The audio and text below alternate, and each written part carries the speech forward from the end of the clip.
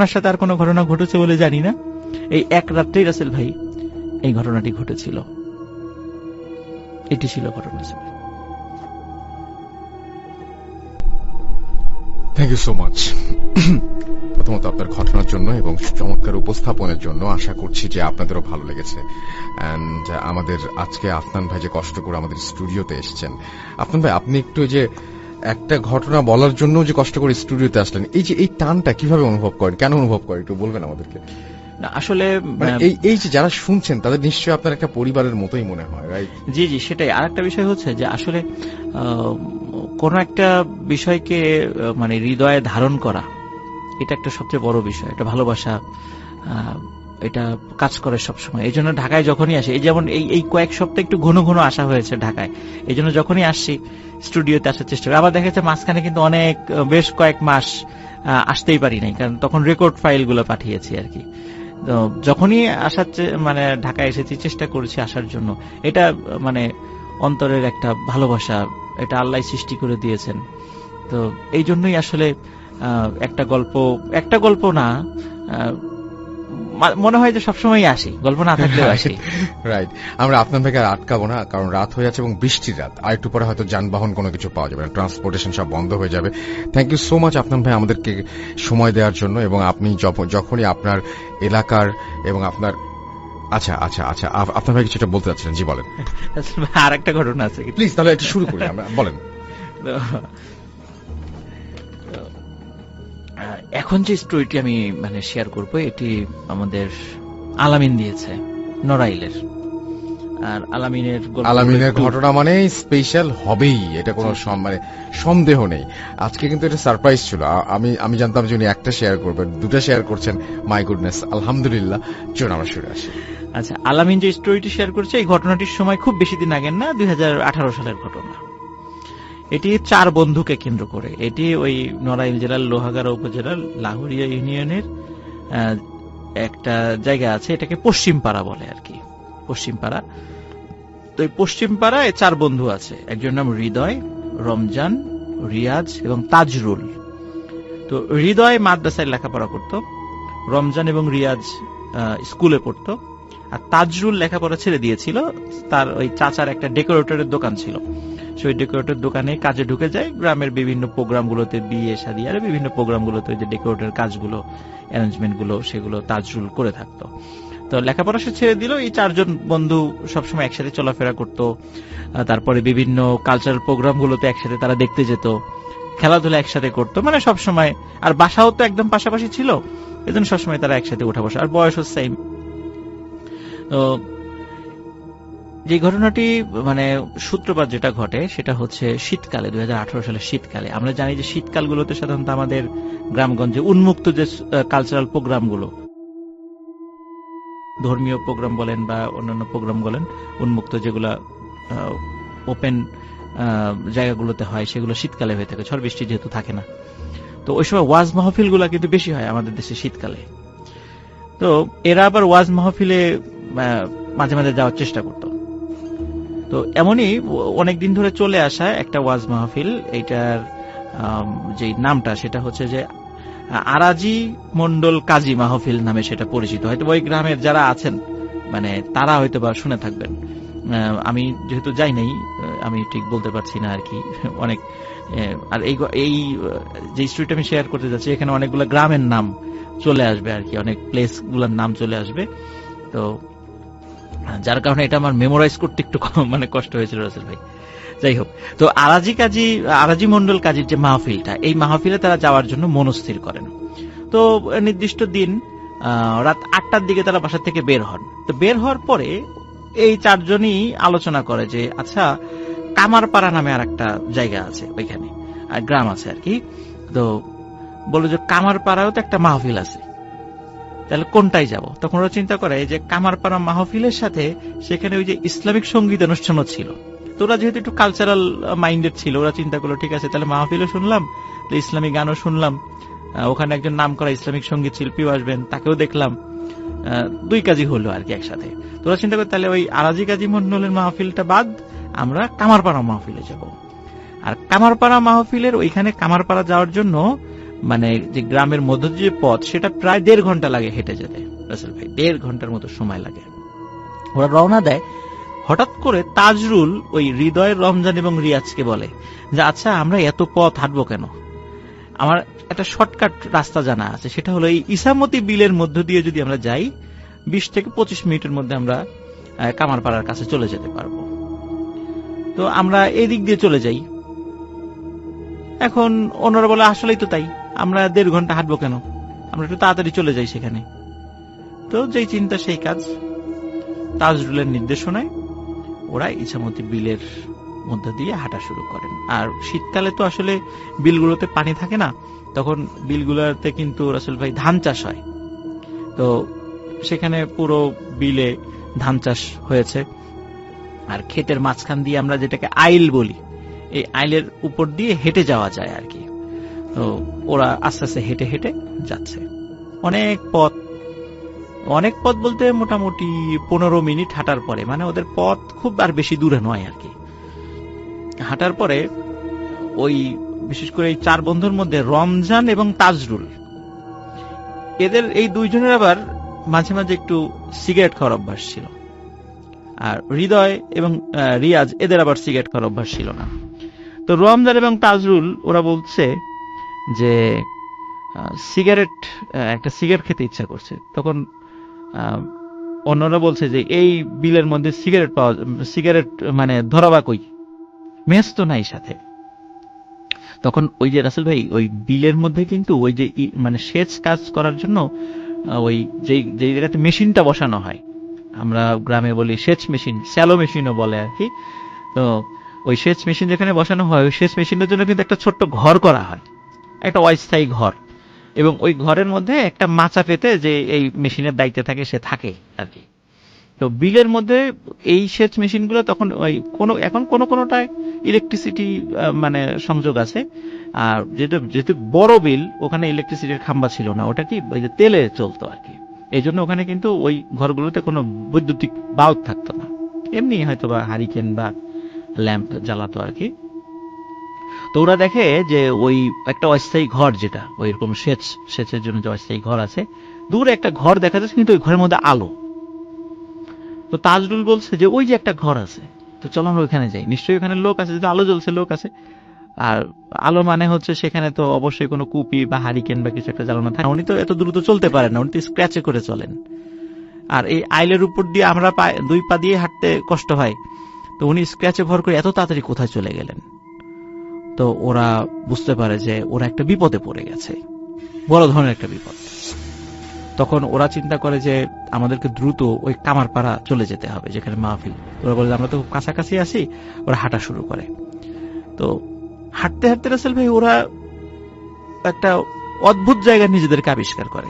দেখে যে ওরা হাঁটতে হাঁটতে একটা উঁচু ঢিবির মতো একটা বিশাল জায়গায় চলে আসছে, এবং সেখানে মানে খুব ঘন কাশবন। ওরা বলে কি ব্যাপার, আমরা এখানে চলে আসলাম কেন কাশবন? এবং কাশবনের মধ্যে ওরা 4 জন হারিয়ে যায়। কিন্তু হারালেও যেহেতু ওরা ওইখানেই ছিল, ওরা চিৎকার চেঁচামেচি করে নাম ধরে ডাকতে ডাকতে ওরা নিজেদেরকে আবার একত্র করে। কাশবনে রাসেল ভাই ওরা যখন আসে, তখন ওরা নিজেদেরকে আবিষ্কার করে এটা আসলে শুধু একটা উঁচু ঢিবি বা কাশবনের একটা ঢিবি না, এটা হচ্ছে একটা শ্মশান। সেটা হচ্ছে যখন মানে বর্ষাকাল থাকে, তখন ওই অত্র এলাকার যারা সনাতন ধর্মাবলম্বী যারা আছেন, তাদের মধ্যে কেউ মারা গেলে তখন তো আর ওই লাশ পোড়ানোর জন্য মানে যে অ্যারেঞ্জমেন্ট গুলো নিচু জায়গায় বর্ষাকালে এটা তো সম্ভব নয়। তখন তারা কি করতো, ওই উঁচু জায়গায় নিয়ে আসতো। ওই বিলের মধ্যে ওই জায়গাটা উঁচু ছিল, তো ওখানে লাশ নিয়ে এসে ওখানে মানে লাশ পোড়াতো আর কি। তো ওইখানে ওরা দেখে যে এরকম বিভিন্ন ওই কাঠ কয়লা পড়ে আছে, বিভিন্ন জায়গায় ছড়িয়ে ছিটিয়ে আছে বিভিন্ন জায়গায়। ওরা বুঝতে পারে যে এটা তো শ্মশান, এবং আগে থেকেই তো ওরা শুনেছিল, রাত্রেবেলা বুঝতে পারে নাই সেটা, ওরা ওখানে চলে এসেছে। দ্রুত ওরা 4 জন সেখান থেকে নেমে আবার অন্যদিকে হাঁটা শুরু করে। 15 থেকে 20 মিনিটের মাথায় ওরা আবার নিজেদেরকে আবিষ্কার করে আবার ঠিক ওইখানেই চলে আসছে। ওরা বলে যে কি ব্যাপার, আমরা আবার এখানে কিভাবে চলে আসলাম? ওরা আবার সেখান থেকে নেমে যায়, নেমে আবার হাঁটা শুরু করে। আবারও রাসেল ভাই পরপর 3 বার একই ঘটনা ঘটে। ওরা বারবার ওই শ্মশানের ওই ঢিবির ওইখানে চলে আসছিল। হৃদয় যেহেতু মাদ্রাসায় লেখাপড়া করত, ও তখন উচ্চ স্বরে কোরআন তেলাওয়াত করতে থাকে। ও বুঝতে পারে যে আমরা আজকে আমাদের হয়তো বা বড় ধরনের কোনো ক্ষতি হয়ে যাবে। উচ্চ স্বরে কোরআন তেলাওয়াত করতে করতে ওখান থেকে নেমে আসে চারজনই, মানে হৃদয় কোরআন তেলাওয়াত করে, অন্য তিনজন সাথে থেকে নেমে আসে। তখন রাসেল ভাই আর ওরা ব্যাক করে ওই জায়গায় ওই গোলক ধাঁধায় পরে আর ফেরত আসেনি। ওরা ওই মেইন রাস্তায় উঠে যায়, যেখান থেকে ওরা ওই কামারপাড়া মাহফিলে যায়। সেখানে গিয়ে দেখে এক অদ্ভুত ঘটনা। সেটা হলো, গিয়ে দেখে যে মাহফিল শেষ, ওই প্যান্ডেলের দায়িত্বে যারা ছিল তারা ওই সব বাঁশ, খুঁটি, কাপড় এগুলো গুছাচ্ছে। ওরা বলে, কি ব্যাপার, মাহফিল কি হইল? বলে, মাহফিল তো শেষ। বলে, মাহফিল শেষ মানে রাত 8টায় রওনা দিলাম, বড় জোর 1.5 ঘন্টা লাগছে আমাদের আসতে এই বিলের মধ্যে এত ঝামেলার পরও, তো মাহফিল শেষ হয় কিভাবে? এখন তো 9:30 বাজার কথা।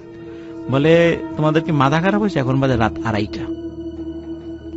ওরা চিন্তা করে যে সর্বনাশ, আমরা এত সময় কি করলাম, কিভাবে চলে গেল? ওরা কিছুতেই বুঝতে পারছে না যে আমরা এত সময় কিভাবে পার করে দিলাম। তো যাই হোক, ওরা যেহেতু ওদের শরীরে কাদা টাদা লেগেছিল আর এত ছোটাছুটির কারণে ওদের প্রচন্ড ক্ষুধা লেগেছিল, কিন্তু মাহফিল যেহেতু শেষ হয়ে গেছে, মাহফিল উপলক্ষে কিন্তু ছোট ছোট খাবারের দোকানগুলো বসে। তো আসলে কোনো দোকানও ছিল না, কিন্তু তখন 2টা দোকান ছিল, একটা ঝালমুড়ির দোকান আর একটা পাপড় ভাজা। যে পাপড় ভাজা এখন তো আসলে পাওয়া যায় না এভাবে। তো তো ওরা কি করবে, মানে খুব ক্ষুধা লাগছে, ওরা প্রচুর পরিমাণে ঝালমুড়ি এবং পাপড় ভাজা খায়। আর আমরা তো জানি রাসেল ভাই ওই ভাজা পোড়া খেলে নাকি দুষ্টু জিনেরা পিছু লাগে, এটাও কিন্তু একটা বিষয়। যাই হোক, ওরা মানে খাওয়ার পরে মানে একটু মনে করি দিই যে অনেকে বলে যে ভাজা পিঠা, জি জি জি জি ভাজা মাছ, জি জি। তো ওরা চিন্তা করে যে যাই হোক, মাহফিল তো শেষ, কি আর করা, আমরা তো এখানে অ্যাটেন্ড করতে পারলাম না, এখন তো বাড়ি ফিরে যেতে হবে। তো বাড়ি ফেরার জন্য নিশ্চয়ই আর ওই ইসামতি বিলের মধ্যে দিয়ে যাবে না, পথ ঘোরা হলেও অবশ্যই তারা গ্রামের ওই 1.5 ঘন্টার রাস্তা দিয়েই যাবে। তো ওরা রাস্তা দিয়ে যাওয়া শুরু করে।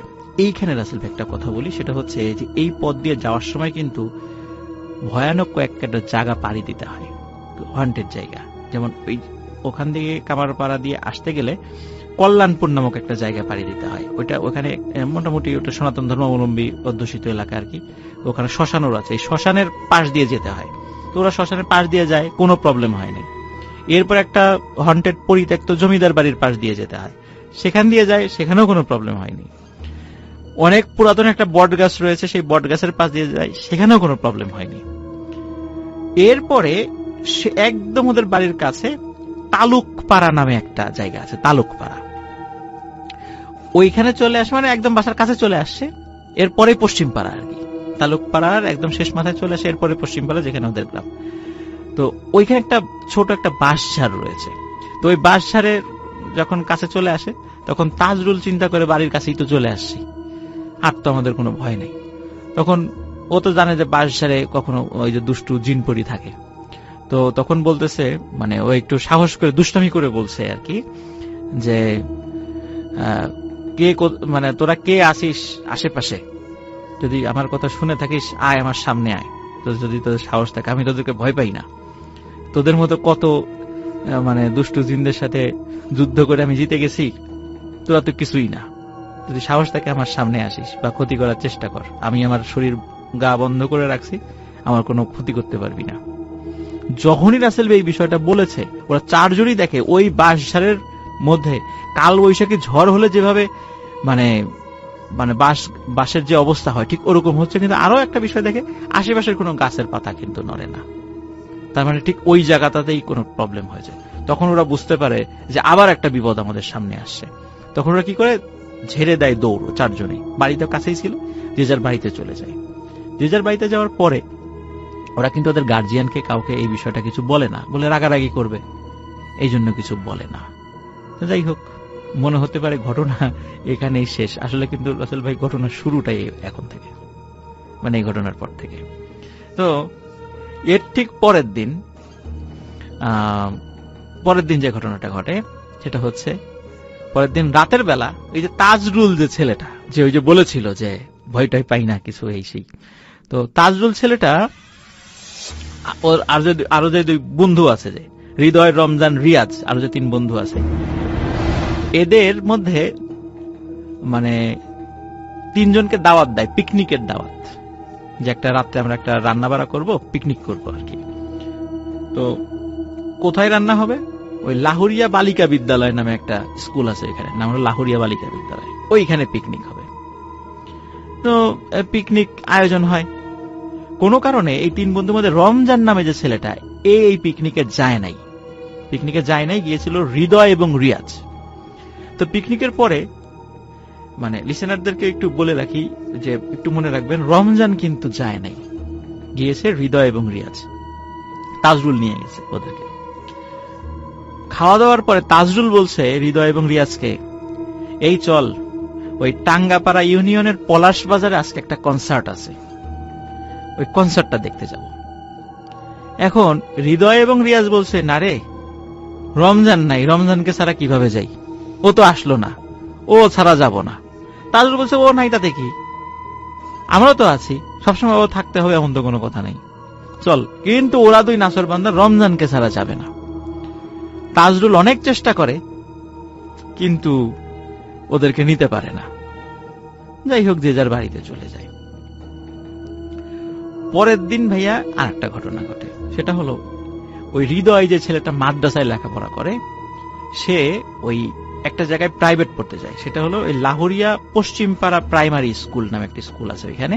ওই বিকাল 4টার সময় ওর একটা প্রাইভেট আছে, ও ওখানে পড়তে যায়। বাড়ি থেকে 2:30-3টার দিকে বের হয়, যেতে যতটুকু সময় লাগে আর কি, একটু আগে আগেই যেত সব সময়। তো বাড়ি থেকে যাওয়ার সময় মানে একটা শর্টকাট রাস্তা রয়েছে, শর্টকাট একটা রাস্তা ধরে। ওই রাস্তার মধ্যে রাসেল ভাই একটা বাগান পড়ে, স্থানীয়ভাবে আবুল খায়েরের বাগান নামে সেটা পরিচিত।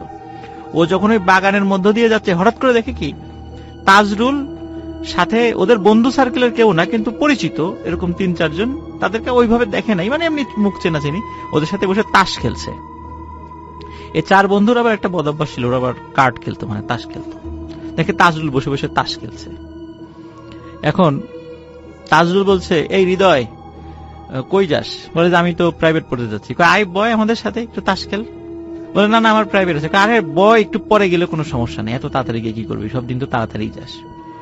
তাজরুল মানে হৃদয় চিন্তা করে, আসলেই তো তাই, একটু বসি। বসে। আসলে ভাই ওরা আবার মাঝে মাঝে কি করতো, টাকা দিয়ে তাস খেলতো। মাঝে মাঝে কেউ জিততো, কেউ হারতো। ওরা যখন তাস খেলতে বসছে, বারবার এই হৃদয় জিতে যাচ্ছিল, 5 টাকা, 15 টাকা, 10 টাকা এরকম জিতে যাচ্ছিল। এখন তাজরুল বারবার বলছে, বাহ, আরো খেল, তুই তো জিতে যাচ্ছিস। এইভাবে কিছু সময় চলার পরে, এবং হৃদয়ও মগ্ন হয়ে গেছে তাস খেলায়। হঠাৎ 4টার সময় আসরের আজান দিয়ে দেয়। আসরের আজান যখন, তখন তাজরুল হঠাৎ করে সেন্স ফেরে, আরে আমার তো 4টার সময় প্রাইভেট আছে। শীতকালে কিন্তু আসলে 3:45, 4:45 বা 4টার দিকে আসরের আজান দেয়, শীতকালের ঘটনা ছিল। তো তো আমার তো ইয়ে আছে, মানে প্রাইভেট আছে, প্রাইভেট পড়তে যেতে হবে। তখন তাজরুল বলে, আরে একদিন প্রাইভেটে না গেলে কি হয়, প্রাইভেট থাক না। বলে না না, ওই স্যার আমার আব্বারে বলে দিবে, আমার আব্বা রাগারাগি করবে। বলে আরে আজকে থাক, আজকে এখানে থাক, আজকে যাওয়ার দরকার নেই। বলে যে না, আমার যেতেই হবে। ও জোর করে উঠে চলে যায়। যাই হোক, প্রাইভেট পড়ে মানে চলে আসে। চলে আসার পরে সাধারণত মাগরিবের নামাজের পরে ওদের বাড়ির কাছে একটা দোকান আছে, এখন আছে, না হলো আলমগীরের দোকান। সন্ধ্যার পরে ওই দোকানে, বিষয়টা কি রাসেল ভাই আপনি মনে হয় দেখেছেন বা লিসেনার অনেকে দেখেছে, গ্রামগঞ্জে কিছু দোকান থাকে, দোকান টেলিভিশন থাকে। তো ওখানে বসে সবাই একটু টেলিভিশন দেখে, চাটা খায়, মোটামুটি ভালোই জমে থাকে আর কি। আর ওই দোকানে একটা ক্যারাম বোর্ড ছিল, ওই ইয়াং ছেলেপেলে সে ক্যারাম বোর্ড খেলতো, মোটামুটি ভালোই জমজমাট ছিল আলমগীরের দোকান। ওরাও কি করতো, মাগরিবের নামাজের পরে ওখানে আসতো, গল্প গুজব করে এসার আগ দিয়ে সবাই বাসায় চলে যেত। ওই মানে ওই সময় হৃদয় যে প্রাইভেট পরে আসছে, মাগরিবের পরে আসছে, আসার পরে এসে দেখে যে তাজরুল তখনও আসে নাই। তো রিয়াজ আছে, রমজানও আছে। হৃদয় এসে বলছে যে ওই দিন আবার রাসেল ভাই বাংলাদেশের একটা খেলা ছিল, কোন একটা দেশের সাথে আর কি, ক্রিকেট খেলা। তো বলছে যে আজকে যদি বাংলাদেশ জেতে, তোদেরকে আমি 25 টাকার কটকটি খাওয়াবো। কটকটি কিন্তু ওই যে এক ধরনের গ্রামীণ খাবার আর কি, নিশ্চয়ই লিসেনাররা বুঝতে পারছেন, কটকটি খাওয়াবো। তখন রমজান আর রিয়াজ বলছে যে কটকটি খাওয়াবি, তোর কাছে 25 টাকা কিভাবে আসলো? স্টুডেন্ট মানুষ, 25 টাকা মানে অনেক টাকা। বলে হ্যাঁ, আমি ওই আজকে ইসের আবুল খায়ের বাগান দিয়ে যাওয়ার সময় দেখি তাজরুল বসে তাস খেলতেছে, আমি তো ওর সাথে বসে তাস খেলে আমি 50 টাকা জিতছি। বলে যে তাজরুলের সাথে তাস খেললি মানে? তাজরুল তো আজকে সারা বিকেল আমাদের সাথে ফুটবল খেললো, আমরা তো একসাথে, ও গোলকিপার ছিল, আমরা তো সারা বিকেল একসাথে খেললাম, এই যে একটু আগে বাসায় গেছে গোসল করে আসবে এখনই। বলে আরে না, আমি নিজে খেললাম, এই যে দেখ পকেট থেকে এই যে দেখ 50 টাকা, আমি তাজরুলের সাথে জিতলাম। বলে না, এটা হতেই পারে না, আশেপাশে সবাই সাক্ষ্য দিচ্ছে, হ্যাঁ আজকে দুপুরের পর থেকেই তো আমরা খেলা নিয়েছিলাম, সন্ধ্যার আগ দিয়ে তাজরুল বাড়িতে গেছে। হৃদয় তো অবাক, তাহলে আমি খেললাম কার সাথে? কিছু সময় পরে তাজরুল চলে আসে, তাজরুলের সাথে হৃদয়ের বিশাল বাকবিতণ্ডা। তাজরুল বলে আমি তো খেললাম, কেবল গোসল করে আসলাম। হৃদয় বলে যে না, আমি তোমার সাথে তাস খেলছি। তো যাই হোক, এর মধ্যে কি হয় রাসেল ভাই, মানে ওই জায়গাতে কিন্তু ইয়ে ছিল না, রিয়াজ, সরি আমি একটা জিনিস ভুল বলছি ভাইয়া, রিয়াজ ওইখানে উপস্থিত ছিল না, সে রমজান ছিল শুধু। তো রমজান কথা কাটাকাটির এক পর্যায়ে বলতেছে আচ্ছা ঠিক আছে, গন্ডগোল কম, এখন থামো, চলো আমরা ওই যে পলাশবাজার টাঙ্গাপাড়া ইউনিয়নে কনসার্ট আছে, কনসার্টে যাব। তখন তাজরুল মানে ইয়েরা বলতেছে যে, তখন হৃদয় বলতেছে কি পলাশবাজার কনসার্ট মানে?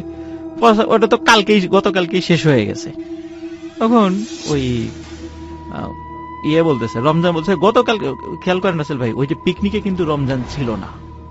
হ্যাঁ, তো হৃদয় বলতেছে যে ওটা তো গতকালকেই শেষ হয়ে গেছে, তুই ছিলি না। তাজরুল আমাকে আর রিয়াজকে কত রিকোয়েস্ট করলো, তুই ছিলি না দেখে আমরা গেলাম না। হ্যাঁ, তাজরুল তো তখন উপস্থিত। তাজরুল বলে এই বেটা, তোর কি মাথা খারাপ হয়েছে? আমি পিকনিকে গেলাম কখন? আর আমি তোদেরকে কনসার্টের কথা বললাম কখন?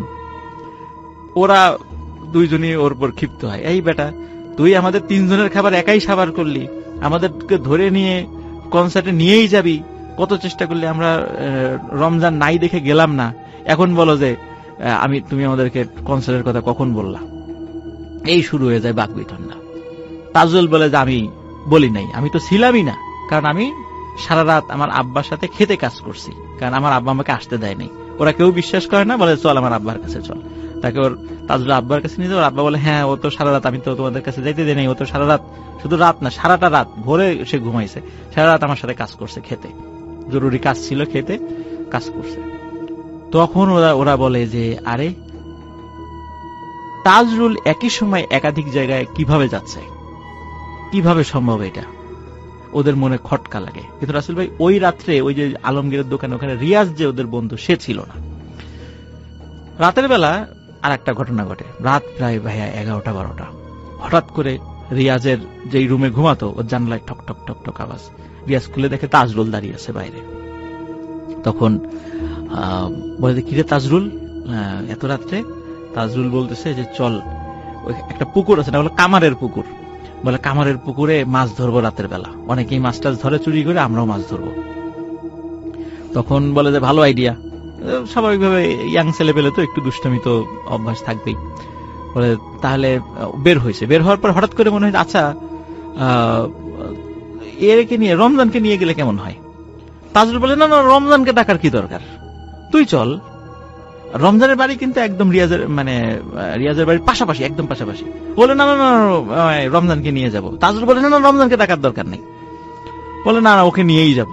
রমজানকে ডাকা শুরু করছে, রমজান বের হয়ে আসে, বলে যে রমজান চল, ওই যে তাজরুল আসছে, আমরা মাছ ধরতে যাবো কামারের পুকুরে। তাজরুল কই?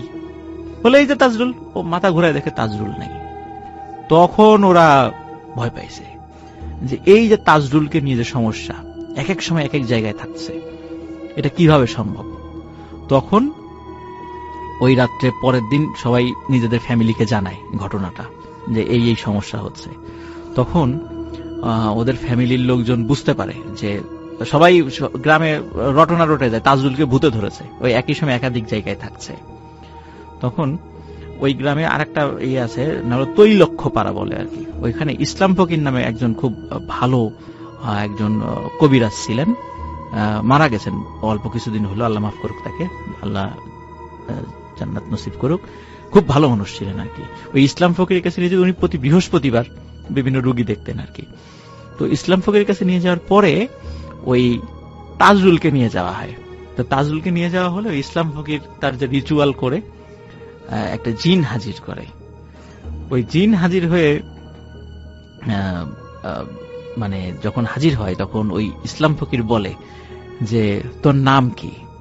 তখন ওই জিন বলে আমার নাম নিশি। তার নাম হচ্ছে নিশি। বলে তোর কাজ কি? বলে রাতের বেলা মানুষকে মোহে আচ্ছন্ন করে ক্ষতি করাই আমার কাজ। বলে এদের পিছনে লাগছিস কেন? ওরা তো বাচ্চা মানুষ।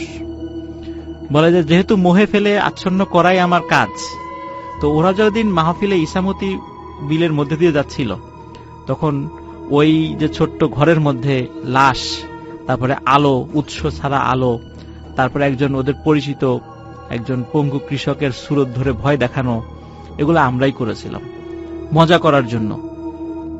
যখন দেখলাম যে ওরা মানে তেমন কোনো ভয় পাচ্ছে না, এমনি চারজন একসাথে, তখন চিন্তা করলাম ছোটখাটো একটা ক্ষতি করি। এই ক্ষতি করার নিয়েতে ওদেরকে ধোকা দিয়ে ওই শ্মশান ভিটায় নিয়ে আসি, কিন্তু বারবার ওরা বের হয়ে যাচ্ছিল, আবারও নিয়ে আসি। থার্ড টাইম যখন হৃদয় নামে ছেলেটা কোরআন তেলাওয়াত শুরু করে তখন আর ক্ষতি করতে পারিনি, ওরা চলে যায়। তখন চিন্তা করলাম আচ্ছা ঠিক আছে, ছেলেগুলা গেছে গেছে, শেষ, ঘটনা শেষ, এই পর্যন্তই। কিন্তু ওরা যখন ফিরে আসার সময় বাস ঝাড়ে এসে ওই তাজরুল আমাদেরকে কটাক্ষ করে হেয় করে অনেকগুলো কথা বলেছে, যেটা আমাদের মানে খুব লেগেছে। তাজরুলকে আমরা ছাড়বো না, শুধু তাজরুলকে না, ওর যে বন্ধু বান্ধব আছে তাদেরকেও ছাড়বো না। ওদেরকে ক্ষতি করার জন্যই প্রথমে পিকনিকের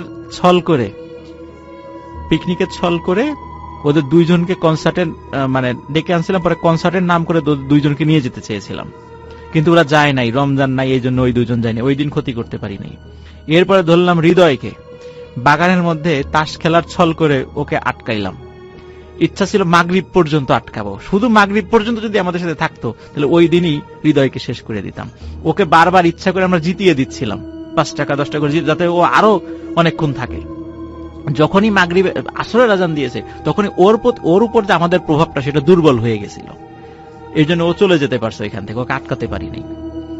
তারপরে রাতের বেলা ওই রিয়াজকে ডাকতে গেছি, মাছ ধরার কথা বলে রিয়াজকে নিয়ে যাব, প্রত্যেককে হিট করছে, দেখেন প্রত্যেককে হিট করছে, রিয়াজকে নিয়ে যাব। কিন্তু রিয়াজ আবার রমজানকে ডাকার কারণে আর করতে পারি নাই কিছু, কিন্তু করতে পারি নাই, সহজ সহজ কিছু পদ্ধতি অ্যাপ্লাই করছি, করতে পারি নাই। এরপর আরো কঠিন পদ্ধতি অ্যাপ্লাই করব, ওদেরকে ক্ষতি করবই, এটা আমাদের পণ। তখন ইসলাম ফকির ওদেরকে অনেক রিকোয়েস্ট করে, ছোট মানুষ ভুল করে ফেলছে, তারপরে বেশ কিছু ওই তদবির রিচুয়ালের মাধ্যম দিয়ে এই বিষয়টা থেকে ওরা মুক্ত হয়। তাজরুল এখন সৌদি আরবে থাকে, আর হৃদয় যে ছেলেটা মাদ্রাসায় পড়তো এখন ফরিদপুর থাকে, আর অন্য দুইজন রিয়াজ এবং রমজান ওরা ওই লাহোরিয়া গ্রামেই এখনো আছে আর কি। তো আমি আলামিনকে বলেছিলাম যেহেতু মানে হৃদয়, রমজান এবং রিয়াজকে আপাতত পাওয়া পসিবল, তো তুমি এই 3 জনকে সাথে নিয়ে একটা ছবি আমাদেরকে দিবা, লিসেনারদেরকে দেখাবো যে এরা, কারণ অনেক সময় আমরা গল্প বলি বিশ্বাস করতে চায় না। তো আসল ভাই এই ঘটনা থেকে কিন্তু একটা বিষয় আমরা একটা শিক্ষণীয় একটা বিষয় পাই, সেটি হচ্ছে যে এই যে অনেক সময় কিছু হন্টেড প্লেসে গিয়ে আমরা না অনেক মানে ঠাট্টা তামাশা করি, ধুর এখানে কি আছে, কিছু নাই, এই সেই সব ধোকাবাজি, এই সেই। অনেক সময় এই যে ঘটনা থেকে আমিও এটা শিখলাম, আমরা কিন্তু অনেক সময় এর ধরনের কথাবার্তা বলি কোথাও গিয়ে, এতে করে কিন্তু আমাদের উপর আমরা কিন্তু পজেসড হয়ে যেতে পারি। এই দুষ্টু জিনেরা কিন্তু আমরা সুযোগ করে দিচ্ছি আমাদেরকে ক্ষতি করার জন্য। এজন্য আমরা একটু সাবধান থাকবো এই বিষয়গুলোতে। আশা করি ঘটনাটি সবার ভালো লেগেছে, সবাই ভালো থাকবেন, সুস্থ থাকবেন, এটাই ছিল ঘটনা। Thank you so much Afnan ভাই। আমি দেখতে পাচ্ছি অনেকেই আসলে কমেন্ট করছেন এবং কমেন্ট করবেন, সেটা স্বাভাবিক। আফনান ভাই যখন স্টুডিও থাকেন সবাই কথা বলতে চান, এবং আজকে ইন্টারনেটের অবস্থা কিন্তু এমনিতে খুব খারাপ, কিন্তু এখনো পর্যন্ত আমরা তেমন কমপ্লেন পাই নাই। আমি দেখছি যে আমার যে ইন্টারনেট, আমার এখানে ফেসবুকই লোড হচ্ছে না, এরকম একটা অবস্থা। সো আমি যেটা বলতে চাই আপনাদের সবাইকে সেটা হচ্ছে যে আপনারা যারা সঙ্গে আছেন তাদেরকে অনেক ধন্যবাদ। অনেক আসসালামু আলাইকুম প্রিয় লিসেনার আর রাসেল ভাইয়া, আশা করি আপনি ভালোর দলেই আছেন। ভাইয়া, প্রথমেই আমি ধন্যবাদ জানাবো যে আমাদের জন্য এইরকম একটি ভয়েস মেইল পাঠানোর সিস্টেমটি চালু করেছেন। ভাইয়া, অনেকেই আপনার সাথে যোগাযোগ করার জন্য অনেকভাবে চেষ্টা করে, তাদের অনেক ঘটনা থাকে আপনাকে দিতে চাই, কিন্তু আপনার কাছে কেন জানি তাদের ঘটনা শেয়ার হয় না বা সিলেক্টেড হয় না। ভাইয়া, যদি আমার এই ঘটনাটি আপনার সিলেক্ট করেন, তাহলে আমি অডিয়েন্সের উদ্দেশ্যে বলবো আজকে এই ঘটনাটি অনেক অনেক ভয়ঙ্কর হতে যাচ্ছে। গতকালকে আমি ভূত.com-এ যে রেকর্ড করে আসার পরে অনেকেই ভাইয়া আমাকে বলেছে যে ভাইয়া এইবার গেলে আমার ঘটনাটি পড়বেন, এবার যদি ভূত.com-এ যান তাহলে আমার ঘটনাটি পড়বেন।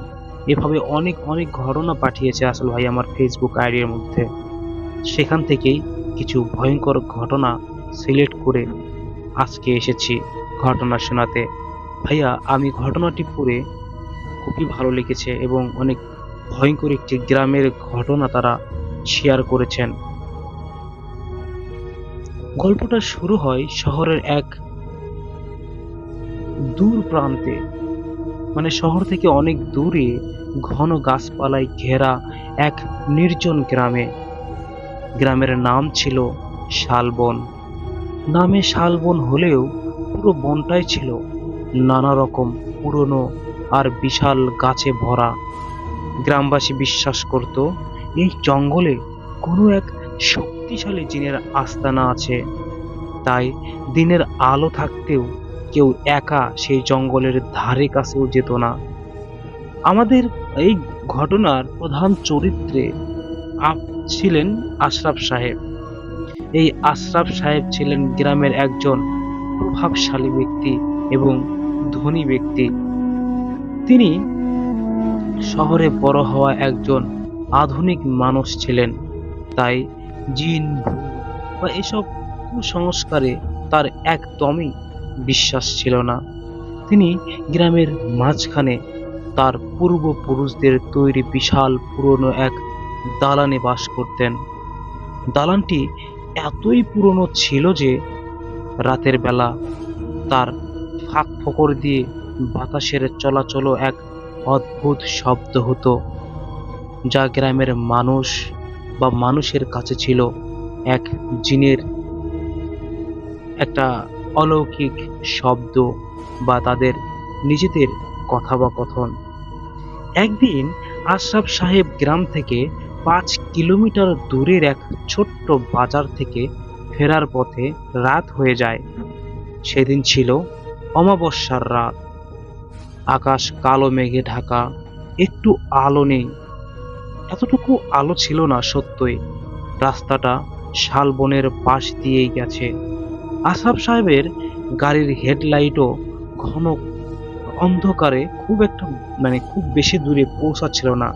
আসলে রাসেল ভাইয়া, দেখা যায় অনেক নতুন পিচ ঢালা রাস্তা দিয়ে আমরা যখন হেডলাইটের আলো ফেলে যাই, খুব একটা আলো দেখায় না। ঠিক তেমনই তার ক্ষেত্রে হয়েছিল।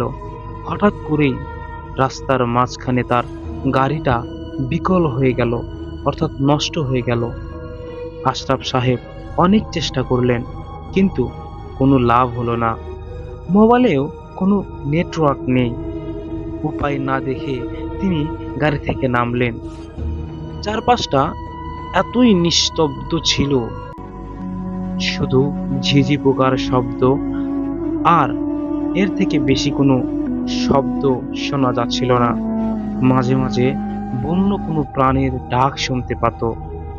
শালবন থেকে ভেসে আসা ভেজা মাটি আর পুরনো পাতার গন্ধটা কেমন যেন ভারী ভারী লাগছিল আমার।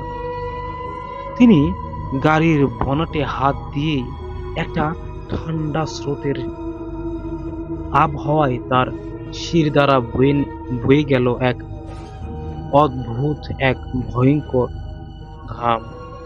মনে হলো যেন কেউ তার ঠিক পিছনে দাঁড়িয়ে আছে।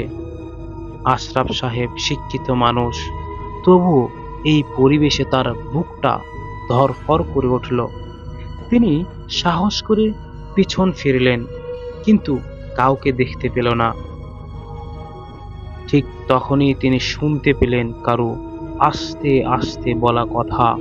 কেউ তার নাম ধরে ডাকছে, ঠিক তার কানের কাছে। আশরাফ, আশরাফ। তিনি এবার দ্রুত ঘুরে তাকিয়ে দেখলেন কিছুই নেই। তার মনে হলো যেন বাতাসের সাথে মিলিয়ে যাওয়া একটা শব্দ তিনি ভাবলেন হয়তো বেশি ভয় পাওয়ার কারণে তার মনের ভুল এটা। গাড়ির কাছে ফিরে যেতেই দেখলেন ড্রাইভারের জানালার দিকে জানালাটা অল্প খোলা ছিল, কিন্তু পুরো বন্ধ। মানে সেটা এখন পুরো বন্ধ। অথচ তিনি নিশ্চিত ছিলেন তিনি সেই জানালার কাজটি ফুল ফুল বন্ধ করেনি। এইবার আশরাফ সাহেবের আধুনিক মনও যেন একটু দমে গেল ভয়ের চরিত্রে। তিনি দ্রুত গাড়ির দরজা খুলে ভিতরে ঢুকলেন। দরজাটা বন্ধ করার সাথে সাথেই বাহির থেকে কেউ যেন গাড়ির ছাদে খুব জোরে আঘাত করলেন। ধুম করে উঠলেন শব্দটা। এত জোরে শব্দটা বা তীব্র ছিল যে গাছের কাচের জানালাগুলো কেঁপে উঠল। আশরাফ সাহেবের গাড়ির ভিতরে কেমন জানি একটা ভূমিকম্পের মতো হতে লাগলো, এবং এইবার আশরাফ সাহেব গাড়ির ভিতর থেকেই হাঁপাতে লাগলেন। তিনি এবার দেখতে পেলেন গাড়ির সামনের কাচের উপরে বাহির থেকে একটা লম্বা সরু আঙ্গুলের ছাপ, যেন কেউ কাচের ওপরে হাত দিয়ে ভর করে দাঁড়িয়ে আছে। ছাপটা দেখতে দেখতে মানুষের হাতের মতো নয়, অনেক বেশি লম্বা এবং অস্বাভাবিক রকমের সরু ছিলেন। আশরাফ সাহেবের ভয়ে তার হাত পা ঠান্ডা হয়ে যায়। তিনি চোখ বন্ধ করে বিড়বিড় করে সৃষ্টিকর্তার নাম জপতে শুরু করলেন। তখন গাড়ির সামনের দিক থেকে একটি কণ্ঠস্বর ভেসে এলো। কণ্ঠস্বরটি অস্বাভাবিক গভীর, যেন শত বছর পুরনো কোনো কূপের ভিতর থেকে ভেসে ভেসে আসছেন। আশরাফ, তুমি কেন আমার রাজ্যে প্রবেশ করেছ? জানো না এই পথে মানুষের জন্য প্রবেশ নিষেধ?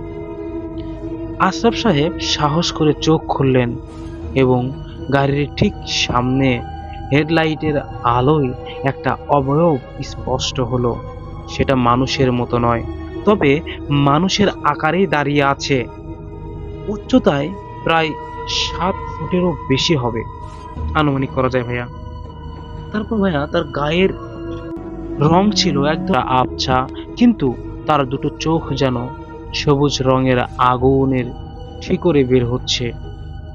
সেটা দেখেই আশরাফ সাহেব বুঝলেন এ হলো সাধারণ ভূত নয়, এ হলো সেই শক্তিশালী জিন।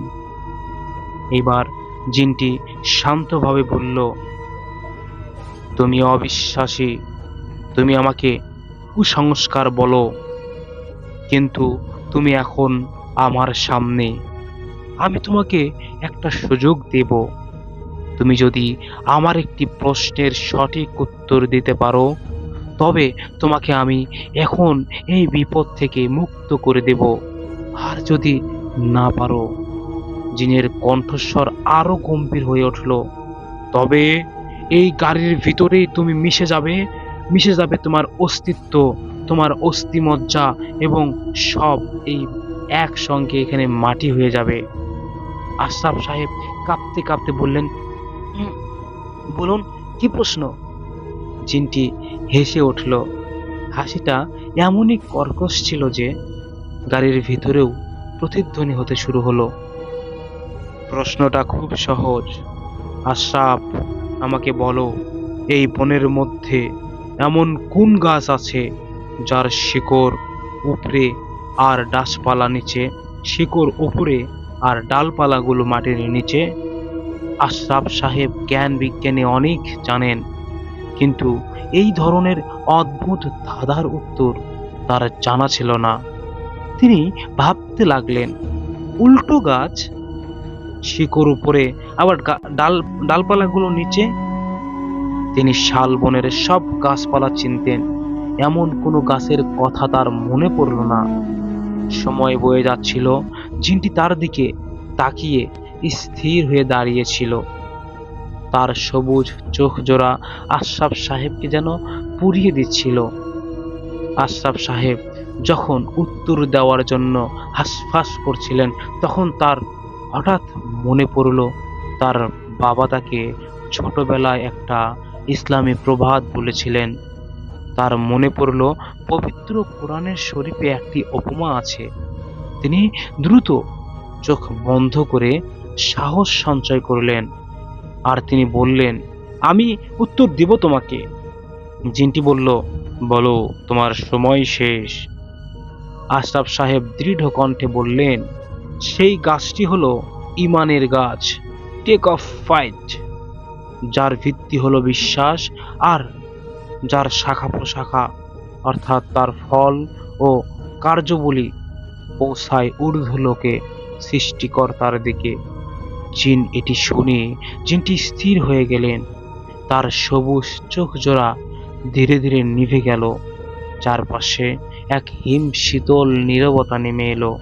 কিছুক্ষণ পর জিনটি একটি দীর্ঘশ্বাস ফেলে তার কণ্ঠস্বরে এবার আর কোনো ভয় ছিল না, ছিল এক অদ্ভুত বিষণ্ণতা। ঠিক বলেছ, সঠিক উত্তর দিয়েছ আশরাফ, তুমি মুক্ত। জিনটি ধীরে ধীরে আবছা হয়ে গেল। কয়েক মুহূর্তের মধ্যেই চারপাশটা আবার শান্ত হয়ে গেল। গাড়ির কাচের উপরে আঙ্গুলের ছাপও আর নেই। আশরাফ সাহেব তখনও ভয়ে কাঁপছিলেন, কিন্তু তার মনে হয়ে গেছে যে গাড়িটি একটু আগেও নষ্ট ছিল সেটা এখন স্টার্ট নিয়েছে। আশরাফ সাহেব এক মুহূর্তও দেরি না করে দ্রুত গাড়ি চালিয়ে গ্রামের দিকে রওনা দিলেন। পরের দিন সকালে তিনি শহরে চলে গেলেন। সেই দিন থেকে আশরাফ সাহেব আর কোনো দিন জিন ভূতের গল্পে বা ঘটনাকে কুসংস্কার বলেনি। তিনি বুঝেছিলেন মানুষের যুক্তি আর জ্ঞানের বাইরেও একটি জগৎ আছে যার ক্ষমতা অনেক বেশি। আর সেই রাতে তিনি শুধু একটি প্রশ্নের উত্তর দেননি, তিনি তার ভেতরের আধুনিক বিশ্বাসকে হারিয়ে আবার তার বাবার শেখানো বিশ্বাসের কাছে ফিরে এসেছিলেন। সেই ঘটনার পর থেকে তিনি আর কোনো দিন শালবনের পাশ দিয়ে রাতের বেলা যাতায়াত করেনি।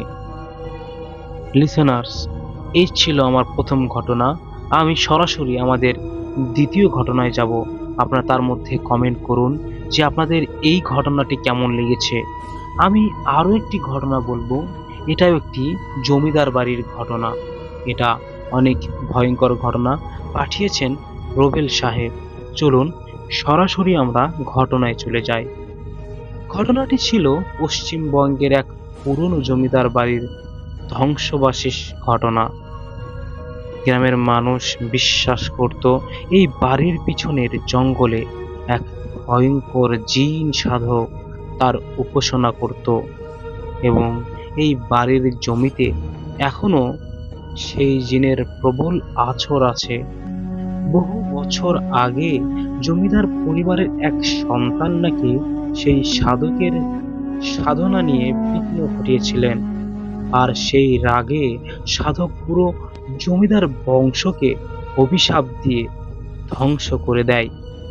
আমাদের গল্পটি তিন বন্ধুকে নিয়ে। তিনজনেই শহরের আধুনিক কলেজে পড়তো।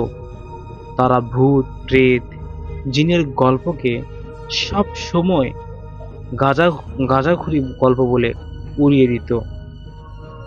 তাদের গ্রামের এই জমিদার বাড়ি নিয়ে খুবই কৌতূহল ছিল। তারা বিশ্বাসই করতে চাইতো না যে জিন ভূত বলে কিছু আছে এই দুনিয়াতে।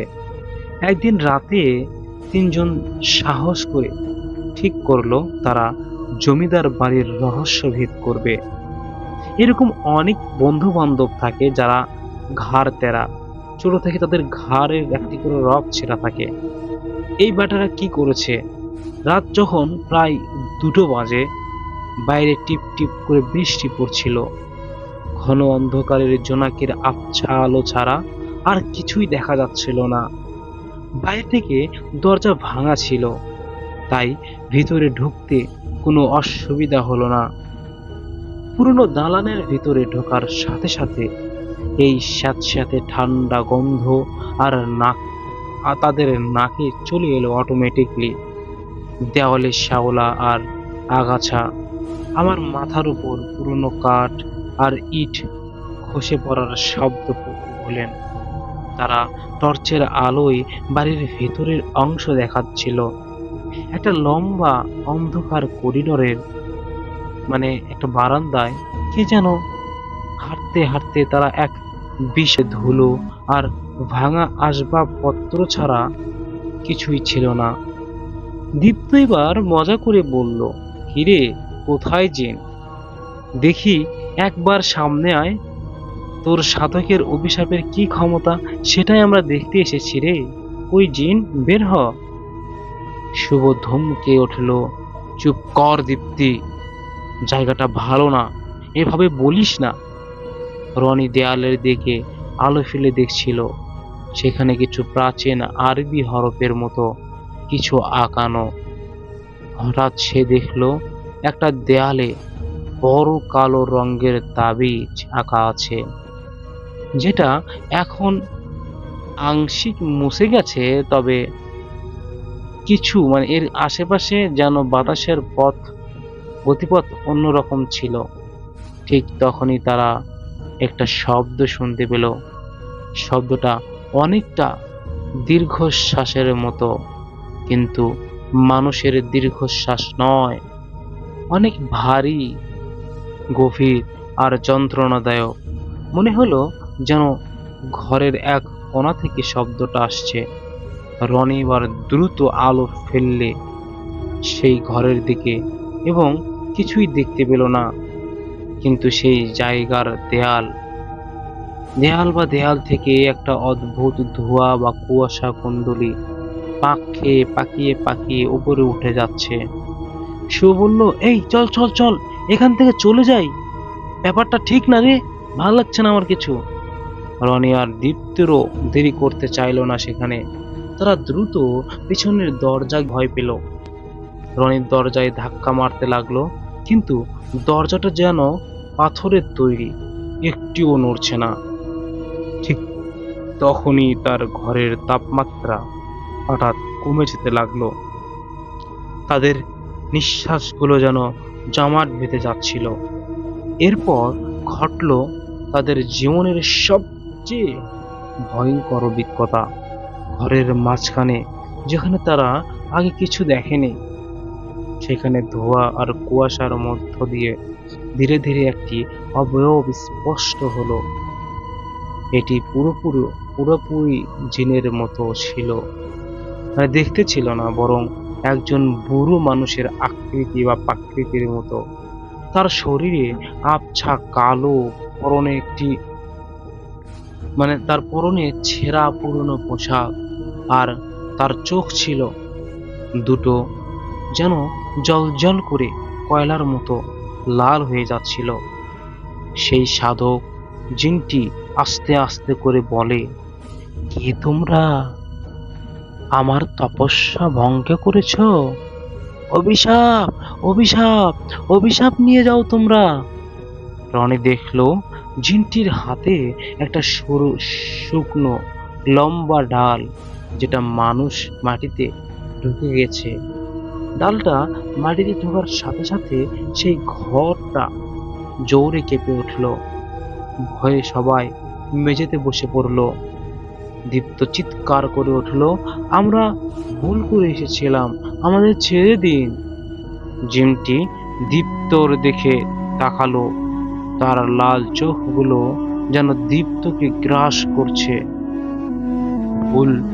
কোনো ভুল নেই, একবার সেই চৌকাঠ পেরোলে মানুষের মুক্তি নেই।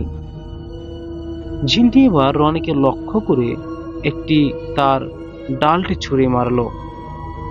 রনি দ্রুত পাশ কাটিয়ে গেল, কিন্তু ডালটি দেয়ালে লাগাতেই বিকট শব্দের সাথে সাথে সবাই কাঁপিয়ে উঠল, আর সেই দেয়ালে আঁকা পুরনো তাবিজটি পুরোপুরি ভেঙে গেল। লিসেনার্স, তাবিজ ভাঙার সাথে সাথেই জিনটি আরো বেশি শক্তিশালী হয়ে ওঠে। তবে রাসেল ভাই একটা কথা, যে অবয়ব আরো বড় এবং কালো হয়ে গেল, এবং সে হা হা করে হেসে উঠল। সেই হাসিটা এত ভয়ানক ছিল যে তাদের কান ফেটে যাওয়ার উপক্রম।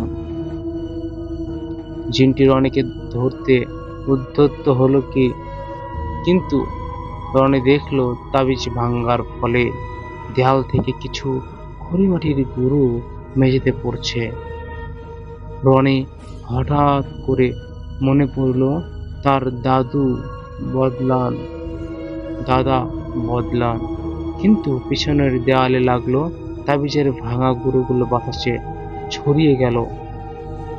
গুঁড়োগুলো জিনটির গায়ে লাগার সাথে সাথে রাসেল ভাইয়া যে যন্ত্রণায় কুকড়াতে লাগলো, তিনি বিশাল শরীরটা ছেড়ে ছোট হতে লাগলো আর লাল চোখগুলো যেন নিভে যেতে লাগলো।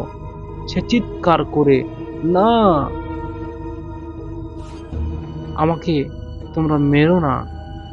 একসাথে শুভ আর দীপ্ত ভুলে গিয়ে দরজা তালা ভাঙার জন্য জোরে জোরে ধাক্কা মারতে লাগলো। পবিত্র গুরুর আঘাতে জিনটি এবার পুরোপুরি ভেঙে পড়ল আর অবয়ব ধোয়ার মতো মিশিয়ে গেল। ঘরের ভিতরের ঠান্ডা ভাবটা কেটে গেল। একই সময় বাইরের বৃষ্টিও থেমে যায় এবং দরজা যেন আপনা আপনি খুলে গেল। এবার 3 বন্ধু মুহূর্তের মধ্যেই বাইরে বেরিয়ে এলো। পেছনে ফিরে একবারও তাকালো না। সারা রাত তারা দৌড়ে গিয়ে গ্রামের শেষ প্রান্তে পৌঁছালো। পরের দিন তারা জমিদার বাড়িটি পুরোপুরি সিল করে দেওয়ার জন্য গ্রামের মুরব্বীদের অনুরোধ করলো। তারা আর কখনোই সেই জমিদার বাড়ির দিকেও ফিরে যাবে না বা ফিরে তাকায়নি। সেই রাতের অভিজ্ঞতা তাদের জীবনের সবচেয়ে ভয়ঙ্কর স্মৃতি হয়ে রইল এবং আর তারা কখনো জিনের ভূতের অস্তিত্বকে বিশ্বাস করার সাহস পায়নি। এই ছিল আজকের ঘটনা রাসেল ভাইয়া।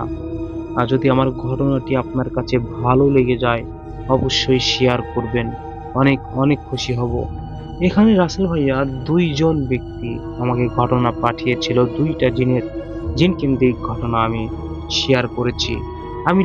আপনি যদি পারমিশন দেন ভাইয়া, লিসেনারদের উদ্দেশ্যে 2টা কথা বলতে চাই। দেখুন, আপনারা যারা আমার কণ্ঠে ভূত এফএম শুনতে চান আর যে রাসেল ভাইয়ার ঘটনার মধ্যে ভূত.com-এ, আমি আপনাদেরকে বলি, আজ রাসেল ভাইয়ার কাছে এত ভৌতিক আর্টিস্ট আছে যে আমি চাইলেই তার অফিসে গিয়ে আপনাদেরকে ঘটনা শোনাতে পারবো না। আমাকে পার্সোনালি ডাকতে হবে, দেন আমি যাব। আপনারা যে আমাদেরকে এত এত ঘটনা পাঠান ভাইয়া, এই ঘটনাটা এতগুলো ঘটনা আমি যদি বলার জায়গায় না পাই তাহলে আমি এই ঘটনাটা কিভাবে শেয়ার করব। দেখুন, আজ 6 দিন পরে আর রাসেল ভাই আমাকে এইরকম লিসেনারদের পাঠানো ঘটনা সিলেক্ট করে রেকর্ড করাচ্ছেন। যাই হোক, আমি চাইবো আপনারা আমার পাশে থাকবেন, ভালোবাসা দিবেন। যারা সাবস্ক্রাইব করেননি তারা অবশ্যই সাবস্ক্রাইব করবেন। আজকের মতো এখানে আমি বিদায় নিচ্ছি। সবাই ভালো থাকবেন, সুস্থ থাকবেন। আসসালামু আলাইকুম। লিসেনার্স, আজকের এই ইমেল এপিসোডটি আজকের পর্যন্তই। যারা আমাদের সাথে এতক্ষণ ছিলেন তাদেরকে অসংখ্য ধন্যবাদ। আপনারা জানেন আমরা কতটা ভয়ঙ্কর ভয়ঙ্কর ইমেল এপিসোড তৈরি করে থাকি। লিসেনার্স, আপনারা যদি চান আমরা আপনাদের জন্য আরও বেশি ভয়ঙ্কর ভয়ঙ্কর ঘটনা সার্চ করে তুলে ধরব। আপনারা জানেন যে আমি কত ভয়ঙ্কর ঘটনা বলেছিলাম এর আগে, অনেকেই আমার ঘটনাই চাচ্ছেন। তো আজকে আমি আপনাদেরকে আরো একটি আমার নিজের কণ্ঠে ঘটনা শোনাবো। এই ঘটনাটি পাঠিয়েছেন আমাদেরকে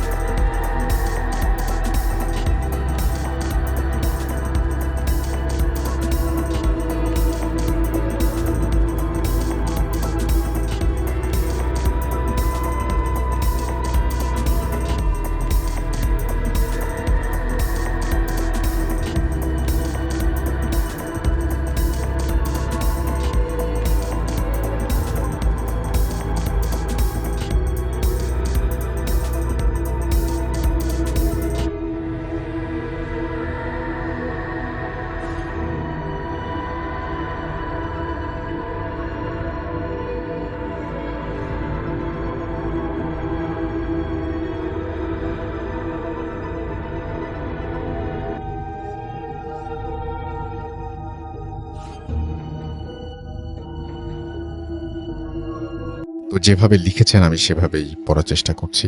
আমি কনফার্ম হয়ে নিয়েছিলাম, আমি আরও একবার ইমেল করেছি যে এই ঘটনাটি কতটুকু সত্য সেটা জানানোর জন্য। তো আমরা এরকম যাচাই বাছাই করেই নেই প্রতিটি ঘটনা।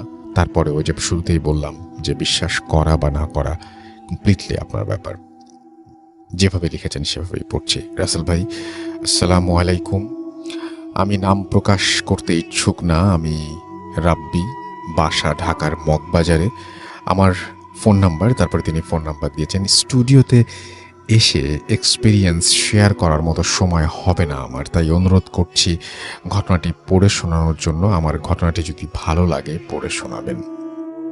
জেলা বরিশাল, বাকেরগঞ্জ থানাধীন কবাই ইউনিয়নের একটি গ্রাম শিয়ালখুনি। এই গ্রামের হাই স্কুলের আশেপাশেই একটা বড় গোষ্ঠী বা বাড়ি আছে। এরা আমার আত্মীয় হয় সম্পর্কে। তো আমার এক আত্মীয় বরিশালেই ছিলেন এবং আমরাও বরিশালেই ছিলাম। আমার এক আত্মীয় যেহেতু বরিশালে আছি, তিনি মারা যান কোনো কারণবশত, এবং যেহেতু বরিশালে আছি তার লাশ মানে মানে সে হচ্ছে আত্মীয় হচ্ছে চাচা বা মামা, এরকম চাচা প্লাস মামা এরকম ব্র্যাকেটে লেখা। আজ থেকে 3-4 বছর আগে মারা যান। তখন কোনো কারণবশত আমি এবং আমার মা বরিশালেই ছিলাম। যেহেতু বরিশালেই আছি, তার লাশ না দেখতে গেলেই নয়। সামাজিকতা রক্ষার্থে আমি আর আমার মা সে বাড়িতে গিয়ে উপস্থিত হই।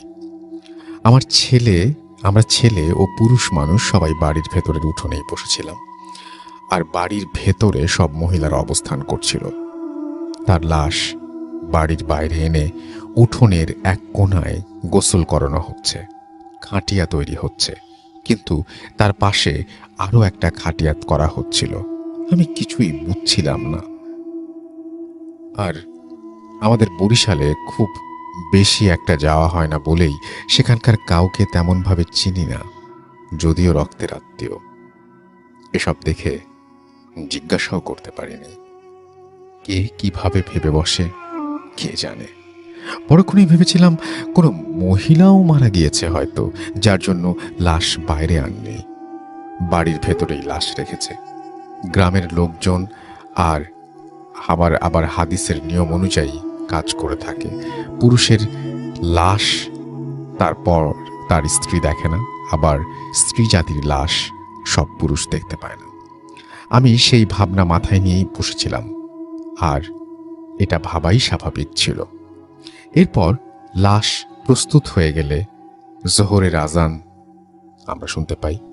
সবাই নামাজ পড়ে এসে জানাজা পড়ার প্রস্তুতি নিচ্ছিল। আমি তখন নোটিস করি যে সেখানে মাত্র একটা লাশের জানাজার প্রস্তুতি চলছে। অন্য খাটিয়া কাফনের ওপর সেটার কি হলো মনে খটকা নিয়ে দাঁড়িয়েছিলাম। আমি জানাজা না পড়ে অন্য খাটিয়ার কাছে যাই, গিয়ে পর্যবেক্ষণ করতে থাকি। সবকিছুই সে বেশ স্বাভাবিক ছিল।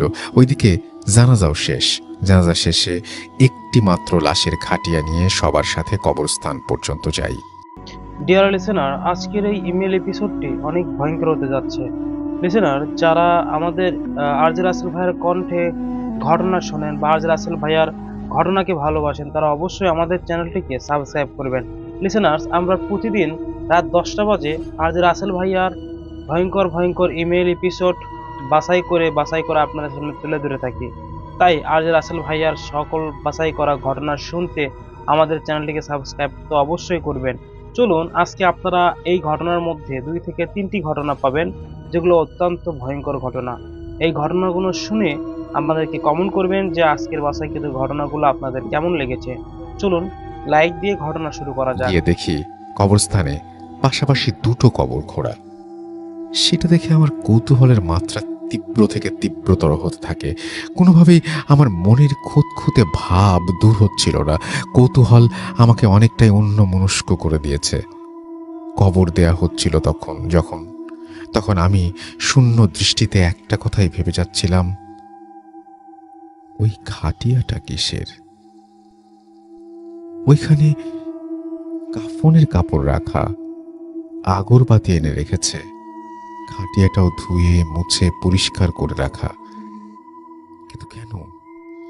এদিকে কবর খোঁড়া হয়েছে দুটো, অথচ লাশ এসেছে একটি। তবে বাকি খাটিয়া, কাফন, কবর এসব কিসের জন্য? আর কেই বা এমন মারা গেল যার কথা জানলাম ও শুনলাম না মাত্র? লাশের দাফনের কাজ শেষ, সবাই মোনাজাত শেষে কবরস্থান থেকে বাড়ির উদ্দেশ্যে হেঁটে যাচ্ছিল, আর আমি ফিরে ফিরে কবরটাই দেখছিলাম। এত সবকিছু দেখে না বুঝে একটা লোককে জিজ্ঞাসাই করে ফেলি, ভাই এসবের কারণ কি? সে আমাকে বলে, আজকেই জানতে পারবেন, এখন জিকির করতে করতে বাড়ি চলুন আগে। বাসায় এসেছি 1 থেকে 1.5 ঘন্টা হয়েছে। মাত্রই আমার আর এক আত্মীয় স্বজন, যার দাফন হয়েছে, তার আপন ছোট ভাই মারা গেলেন।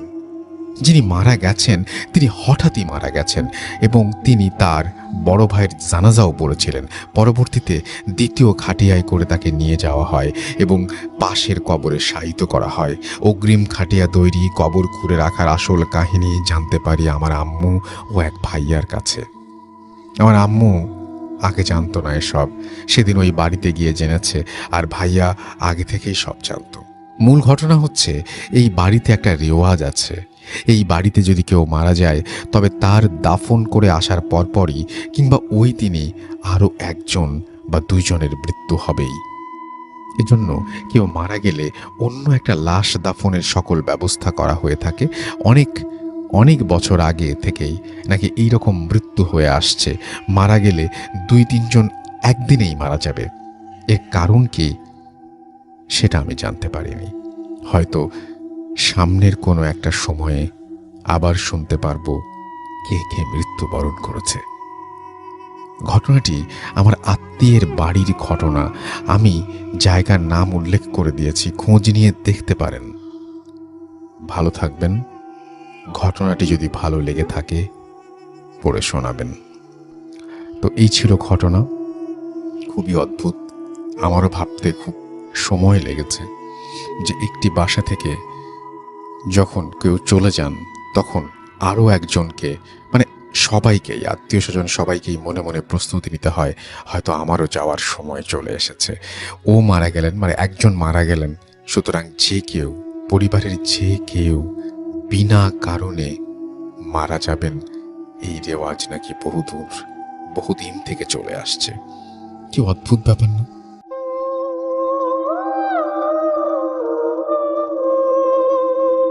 আমি রাস্তাল আরও একবার আপনাদের সবাইকে স্বাগত জানাই। যারা ভূত.com-এ আসতে চান তারা কিন্তু বাসায় বসেও আমাদের শোতে অংশ নিতে পারেন। আপনার ঘটনাটি রেকর্ড করে ফেলবেন, তো রেকর্ড করে ফেলুন। আপনাদের প্রত্যেকের হাতে স্মার্ট ডিভাইস রয়েছে এবং সেই মোবাইল ফোনের মাধ্যমে কিন্তু আপনারা আপনাদের ঘটনা রেকর্ড করে অ্যাটাচ করে পাঠিয়ে দিতে পারেন ইমেইলের মাধ্যমে। তাহলেই আর কোনো ঝামেলা নেই। যাই হোক, আমরা আসলে খুবই বেশি জোর দিচ্ছি, নেক্সট কয়েক মাস জোর দেব অডিও ক্লিপের ওপরে। চলুন কথা না বাড়িয়ে আরো একটি অডিও ক্লিপ শুনে আসি।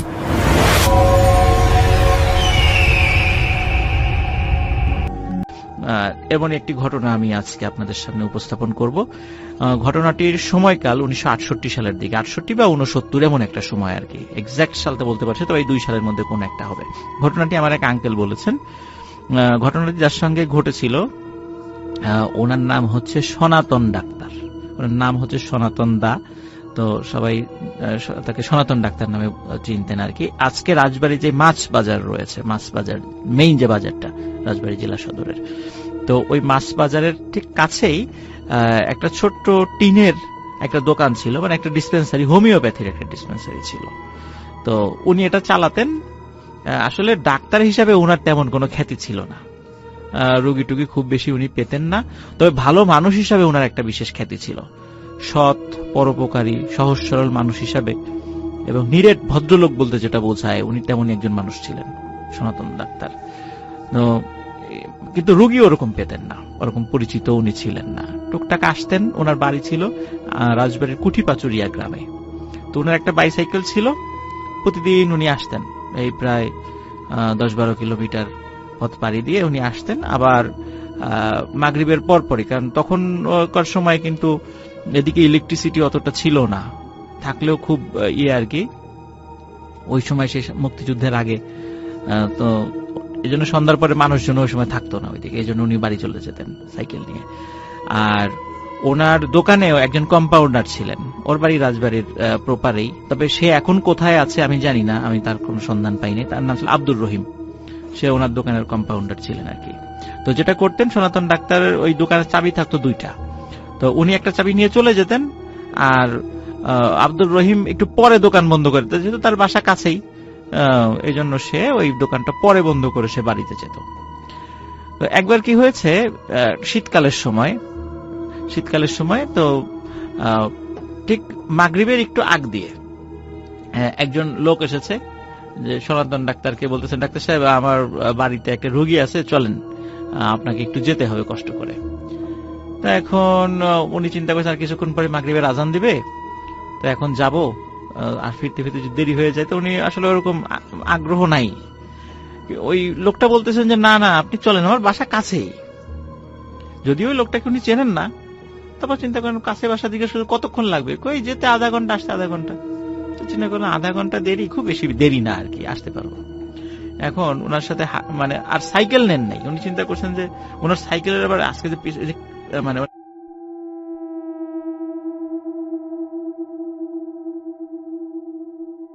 যেটা সাধারণত কেউ বসতে পারে, ওনার ওইটা খুব নড়বড়ে ছিল। চিন্তা করেন যে এই লোকটাকে বসালে তো সাইকেলটা ভেঙে যেতে পারে, চিন্তা করেন সাইকেল দোকানেই থাক, আমি ওনাকে নিয়ে হাঁটতে থাকি, যেহেতু কাছেই বাড়ি। এখন এই যে হাঁটা শুরু করেছে, হাঁটছে, তো বলতেছে কি তোমার বাড়ি কোথায়, এই যে সামনে। তো সামনে করতে করতে বলে তোমার বাড়ি কোথায়, বলে সোনাকান্দর গ্রাম। সোনাকান্দর গ্রাম কিন্তু যারা রাজবাড়ি শুনছেন, এখানে যদি আপনি সাইকেল চালিয়েও যান, ওখানে যেতে না হলে 15 থেকে 20 মিনিট লাগবে, আর পায়ে হেঁটে গেলে প্রায় 50 মিনিট সময় লাগবে। তো এখন হয়তো বা সাইকেলে বা এখন অটোতে গেলে খুব কাছেই, কিন্তু ওই সময় পায়ে হেঁটে যাওয়ার পথটা একটু দূরে ছিল। এখন বলে তোমার বাড়ি সোনাকান্দর গ্রামে, তো আমাকে আগের থেকে বলো নাই কেন? বলে যদি না আসতেন, এই ভয়ে বলি নাই। তো যাই হোক, উনি ওই বাড়িতে যান, গিয়ে রুগী দেখেন, রুগী দেখে ফিরতে ওনার দেরি হয়ে যায়। আর ওনার দেরি দেখে ওই ওনার দোকানের যে কম্পাউন্ডার আব্দুর রহিম, সে দোকান বন্ধ করে চলে গেছে। এখন উনি চিন্তা করছে, উনি এসে দেখেন দোকান বন্ধ। এখন ওনার সাইকেল তো দোকানের মধ্যে, এখন বাসায় যাবেন কিভাবে? তা উনি চিন্তা করেন কি আর করা, যেহেতু চলেই গেছে। তখনকার দিনে তো মোবাইল ফোন ছিল না, আর আব্দুর রহিমের বাড়ি আর একটা গ্রামে ছিল, এখন সেখানে গিয়ে তো চাবি আনা সম্ভব নয়, এমনিতে দেরি হয়ে গেল। চিন্তা করেন ঠিক আছে, হাঁটতেই চলে যাবো আজকে। তো উনি ওই চিন্তা করে হাঁটা শুরু করেন, ওখান থেকে হাঁটা শুরু করেন।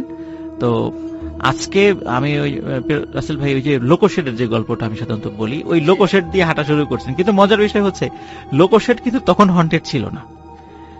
লোকোশেড হন্টেড হয়েছে 1971 সালের পরে, কারণ ওই জায়গাতে তো অনেক গণহত্যা হয়েছে, এখনো কিন্তু ওখানে বধ্যভূমি আছে। তো যার কারণে ওই ঘটনাটা 1971 সালের আগে, তো তখন ওই জায়গাটা হন্টেড ছিল না। যার কারণে উনি যখন লোকোশেড পার হয়ে দিকে চলে যাচ্ছেন, কোনো ঘটনা ওনার সাথে ঘটে নাই।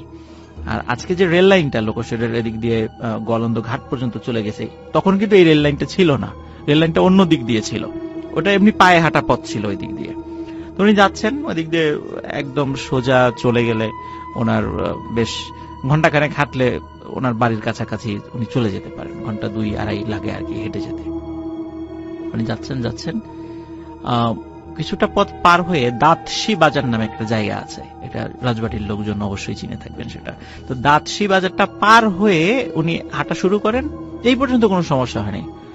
তো ওনার হাতে কিন্তু ভাইয়া একটা মানে টর্চ লাইট থাকতো সবসময়, যেহেতু উনি রাত্রে চলাফেরা করতেন, টর্চ লাইট থাকতো। তো টর্চ লাইট মানে জ্বালিয়ে উনি যাচ্ছেন। হঠাৎ ওনার মানে পথের সামনে মানে একটা মাঝারি আকৃতির একটা বিড়াল সামনে পড়ে, বিড়াল। তো বিড়ালটি ওনার পথ আগলে দাঁড়িয়ে আছে, বিড়ালটি সরে না, এবং উনি বিড়ালটিকে সাইড কেটে চলে যাওয়ার চেষ্টা করলো, বিড়ালটি আবার সামনে চলে আসে। তো উনি রাসেল ভাই উনি ডাক্তার মানুষ ছিলেন, তো বিজ্ঞান মনস্ক ছিলেন, উনি এসব জিন ভূত প্রেত এগুলো আবার বিশ্বাস করতেন না, আর ওনার সাথে কখনো কোনো ঘটনা ঘটেও নেই, স্বাভাবিকভাবে ওনার বিশ্বাস করার আসলে কথাও না, এরকম একটা মেন্টালিটি ওনার ছিল যে এগুলা সব মনের ভুল আর কি। বিড়াল যেহেতু সামনে এসেছে, তো উনি বিড়ালটিকে সরিয়ে দেওয়ার চেষ্টা করছিলেন, তো বিড়ালটি সরে না, উনি যেদিক দিয়ে যাওয়ার চেষ্টা করে বিড়ালটি বারবার পথ আগলে দাঁড়ানোর চেষ্টা করছে। তো একটা পর্যায়ে বিড়ালটিকে উনি মানে একটা লাঠি নিয়ে ধাওয়া করেন, তো বিড়ালটি একটু সাইডে সরে যায় ভয় পেয়ে, আবার উনি হাঁটা শুরু করেন। এরপরে বিড়ালটি কি ওনার পা জড়িয়ে ধরছে বারবার, কিছুতেই মানে যেতে দিতে যাচ্ছে না সামনের দিকে। তো উনি আরো বিরক্ত হয়ে মানে পা ঝাড়ি দিয়ে বিড়ালটিকে দূরে ফেলে দেন। এরপরে দেখেন বিড়ালটি হেঁটে কোন দিক দিয়ে চলে গেল, আর আর তাকে ওই বিড়ালটিকে আর দেখেনি। উনি সামনে হাঁটা শুরু করুন, এরকম 15-20 মিনিট হাঁটার পরে হঠাৎ দেখে যে একজন মহিলা দূর থেকে দেখছেন, একজন মহিলা সামনে সাদা কাপড় দিয়ে কিছু একটা ঢেকে রেখেছে আর কান্নাকাটি করছে, নাকি সুরে কান্নাকাটি করছে। তো উনি যত কাছে যাচ্ছেন মানে ভয়াবহ রকমের দুর্গন্ধ ওনার নাকে আসছে, মানে এত দুর্গন্ধ যে শেষ পর্যন্ত নাকে মানে কাপড় দিয়ে সামনে গেছেন, যে বলছেন এই কি হয়েছে, আপনি কাঁদছেন কেন? তো উনি বলছেন যে আমার ছেলে মারা গেছে। তো বলছে ছেলে মারা গেছে, তো এটা কি আপনার ছেলে? বলে হ্যাঁ ছেলে। তো কখন মারা গেছে? বলে আজ সকালে মারা গেছে। তখন উনি বলছেন যে দেখি তো আপনার ছেলের লাশটা দেখি তো। ওই মহিলা ওই কাপড়টা সরান, তো দেখেন যে লাশটা মানে একটা পা ওই মাটিতেই আটকে গেছে, মানে কি বলবো মানে প্যারালাইজড হয়ে যাওয়ার মতো অবস্থা। তারপর উনি অনেক চেষ্টা করে কষ্ট করতে করতে করতে করতে ব্রিজের উপর ওঠে। ব্রিজে ওঠার পরে উনি যখন নামতে যাবেন, নামার পথটা তো রাসেল ভাই একটু ঢালু, নামতে যাওয়ার সময় উনি ওই হুমড়ি খেয়ে পড়ে যান সামনে। উনি যখন পড়ে যান, ওনার হাতে কিন্তু টর্চ লাইট ছিল, তখনও হাতে টর্চ লাইটটা ধরা। তো উনি তখন সামনের থেকে যখন মাটির সাথে পড়ে গেছেন সামনে, উনি খেয়াল করছেন সামনে থেকে কি যেন একটা আসছে, দুইটা জিনিস। উনি চাঁদের আলোতে যতটুকু বুঝতে পেরেছেন বড় আকৃতির দুইটা কাকড়া।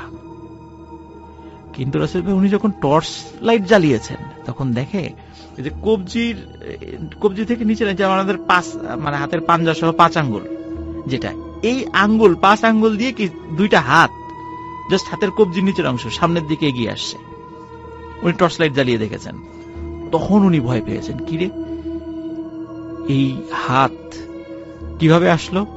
হাতের কবজির নিচের অংশ আছে কিন্তু বডিটা নাই।